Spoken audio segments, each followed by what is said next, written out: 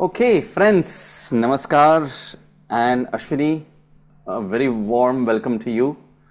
Namaste, thank you. Yes, for our episode number 3 of Tukayan. We are meeting after a bit of a gap. Yeah, path of Tukayan. Yes, and we are meeting after a bit of a gap. So we welcome all our listeners and our appreciators and our viewers all across the globe. And as always, thank you so much for your continuous, never-ending support and encouragement for this project.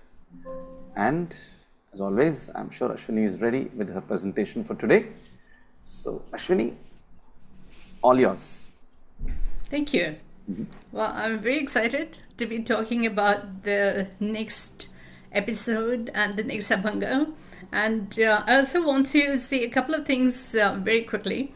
That first of all, we are working on this project, which is a Marathi saint poetry, and we are both Marathi speakers. And Manoj is from Mumbai, and he's South Indian, but he speaks excellent Marathi. And I have continued my Marathi too. So this is our contribution to the literature of Marathi saints. And the second quick point is that recently a religious survey had come out, and they talked about how religious people deal better with life and they have better mental well-being even in the face of various crises and challenges of life. So our project goes right to that point, that here's a discussion of some of these texts which are normally considered as religious texts, but if we deduct their logic and their point and figure out how it can help our mental well-being and our life and improve our life, then that would be our contribution. So having said that, let me tell you the number of the abhanga that we have chosen today from Tukaram Maharaj, and it's 3,919. It only matters to scholars who are studying this, but for the rest of us, we will also look into the words. So the words are Harichiya Bhakta nahi Bhaya Chinta dukha nivarita narayana na lage vahane samsara udvega jado nedi panga devaraya असो द्यावा धीर सदा समाधान आहे नारायण जवळीच तुका म्हणे माझा सखा पांडुरंग व्यापी येले जग तेने एके. So, having seen the words of this abhanga, now let's look at the translation and its interpretation. So Sant Tukaram says that the devotees of Lord Narayan or Hari have no fear or worry, because the Lord is he is a compassionate one and he removes all sorrow.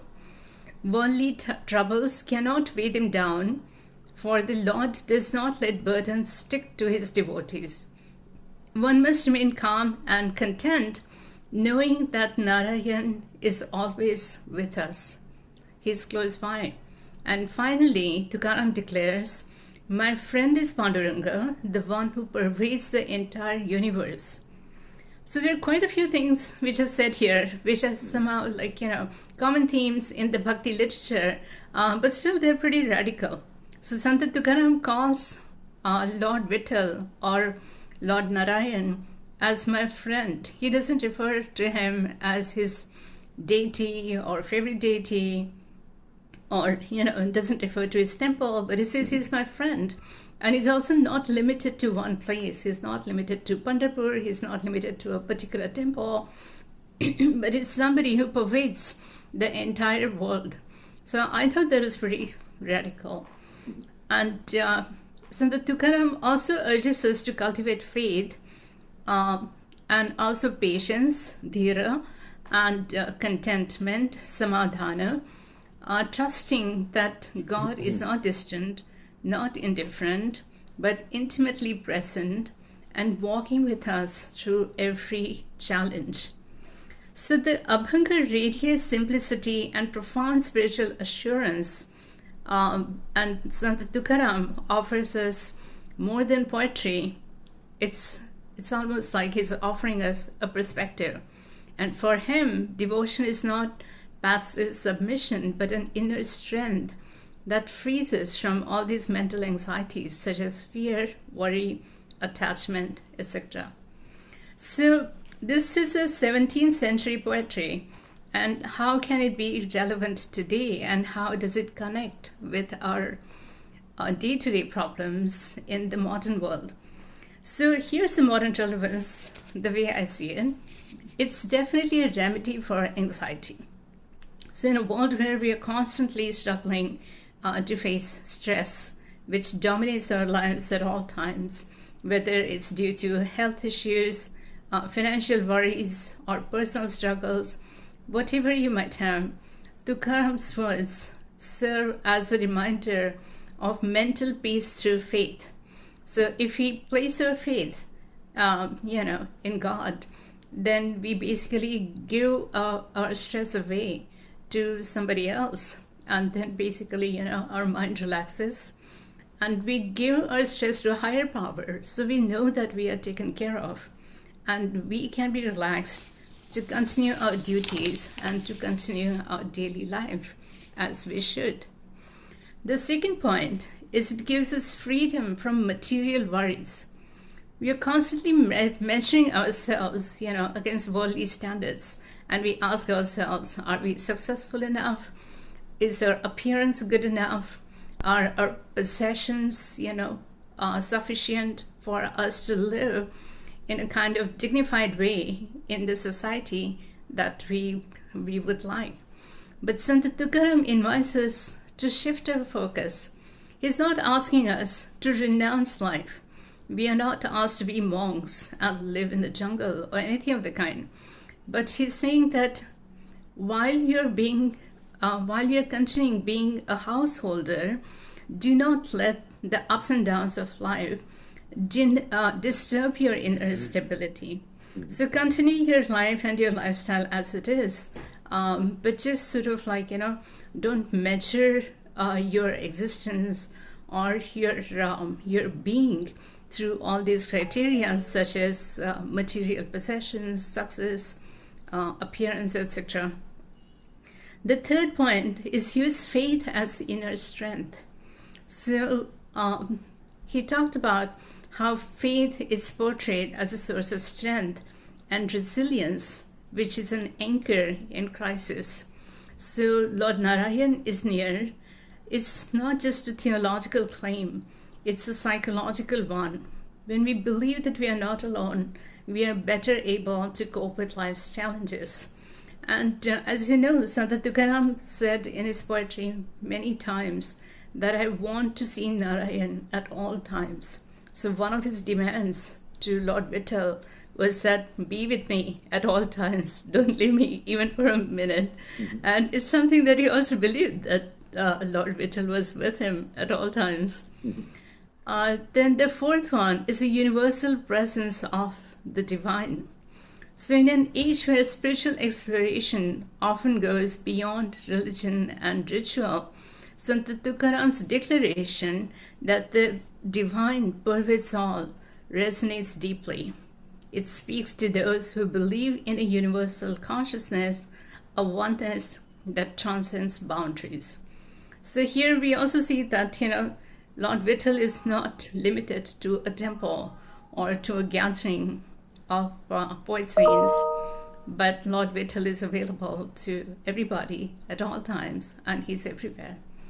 So the conclusion is, in our moments of fear, fatigue, frustration, we can remember Sant Tukaram's simple but transformative message that we are not alone, we are never alone, the divine is near, and through devotion we rise, and it helps us basically get rid of our mental anxieties, stresses, fears, worries, and it allows us to live a life with joy, peacefulness, and happiness. Mm-hmm. Does that resonate? Yes, of course. Absolutely.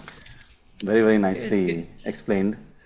And in very simple terms. I think that was the key to all that. Well, as you always do, right? You try to connect it. Yeah, I enjoy doing that. Yeah. Right, and you try to bring about the relevance of all these ancient / medieval poetry to the current contemporary world, and I think that's what makes it very unique and just drives home the point that all these texts and the teachings of these great saints are still so relevant, in fact more relevant than during any other times of our existence, when there is so much happening which can so easily demoralize us, shake us, right? So it is these words of wisdom and simple teachings that if we put into practice can really, as you very rightly said, take us through all those tough times and help us overcome them, not just face them. True. Right? So. True. Yeah, these are our tools in crisis. So, instead of getting depressed in a crisis and becoming more dysfunctional, we can use these tools to cheer ourselves up and to, just take control of our situation. Nice. Yeah, that's great. Well, Beautiful. So do we get to hear you sing Yes. So okay, good. I've tried to do this in 2 or 3 different rags, meaning shades of 2 or 3 different rags that can be seen in this composition. There is rag Malkaun's, there is rag Bhageshri, and there is rag called Kausi Kannada. And so a combination of all these 3-4 rags, and it's a humble attempt at presenting this composition for all of you. So here we go. Sounds exciting. Harichiya Bhakta, Nahi Bhaya Chinta.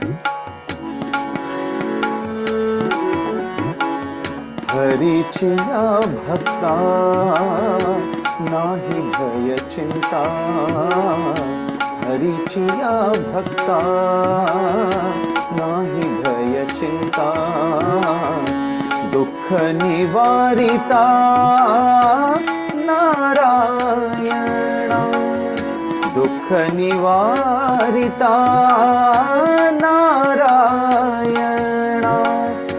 Narayana, हरिचिया भक्ता नाही भय चिंता, हरिचिया भक्ता नाही भय चिंता.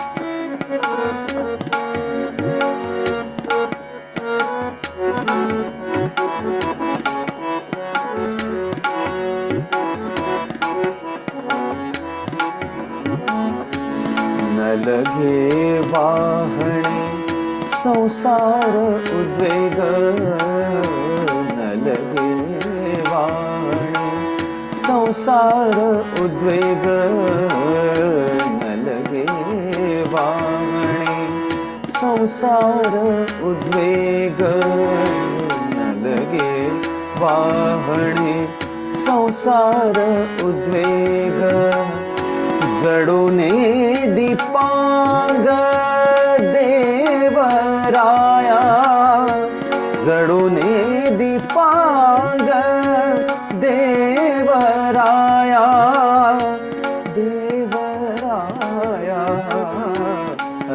हरिचिया भक्ता नाही भय चिंता हरिचिया भक्ता नाही भय चिंता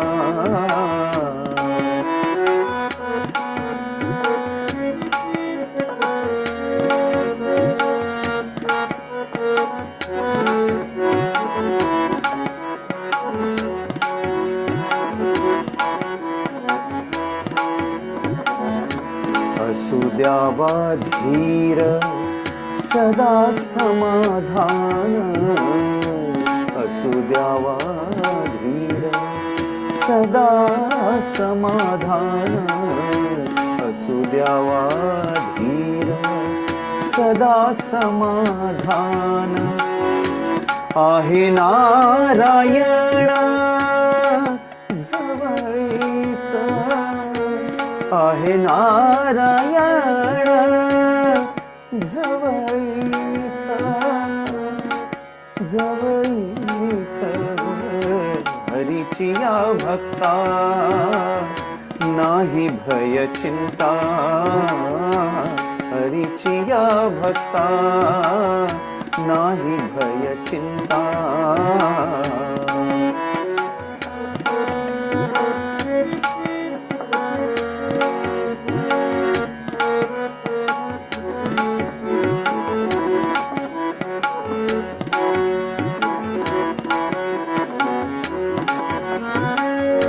तुका म्हणे माझा सखा पांडुरंग तुका म्हणे माझा सखा पांडुरंग तुका म्हणे माझा सखा पांडुरंग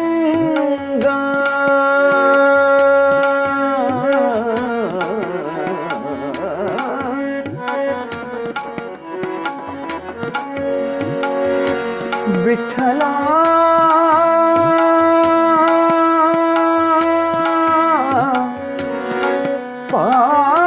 पांडुरंगा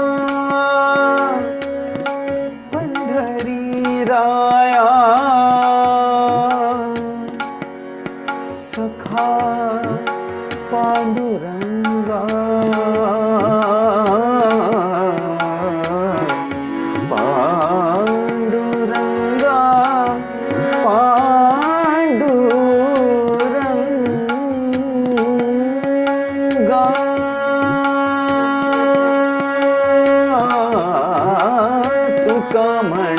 माझा सखा पांडुरंग तुका म्हणे माझा सखा पांडुरंग तुका म्हणे माझा सखा पांडुरंग व्यापियले जग तेणे एके व्यापियल जग हो व्यापियल जग तेणे एके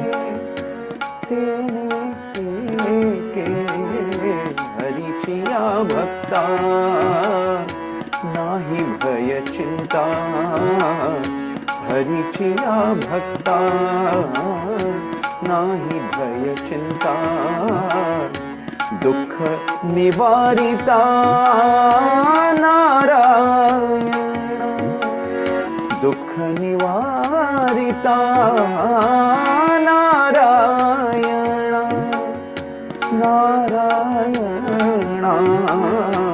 हरिचिया भक्ता हरिचिया भक्ता हरिचिया भक्ता नाही भय चिंता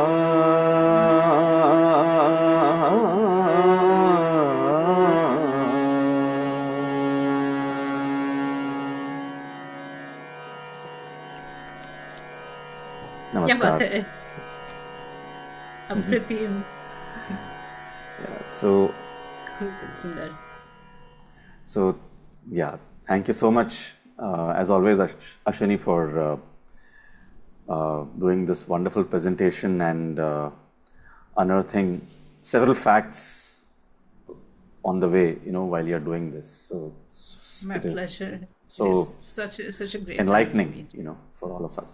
So thank you. yeah, so that is episode number 3. So as always, please share your feedback and your comments, and do share this with all your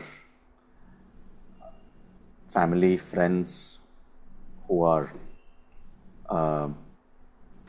not just wanting to know something or who are spiritually inclined, but also for those who feel that this could be of great value to them, just by way of making them feel good and getting solace from this presentation. So thank you, Ashwini, once again, and thank you. Namaskar to you, and namaskar to all the viewers all over the world watching this. And until next time, stay safe, stay blissful, and until we see you next time, goodbye and thank you so much. Namaskar. Namaste.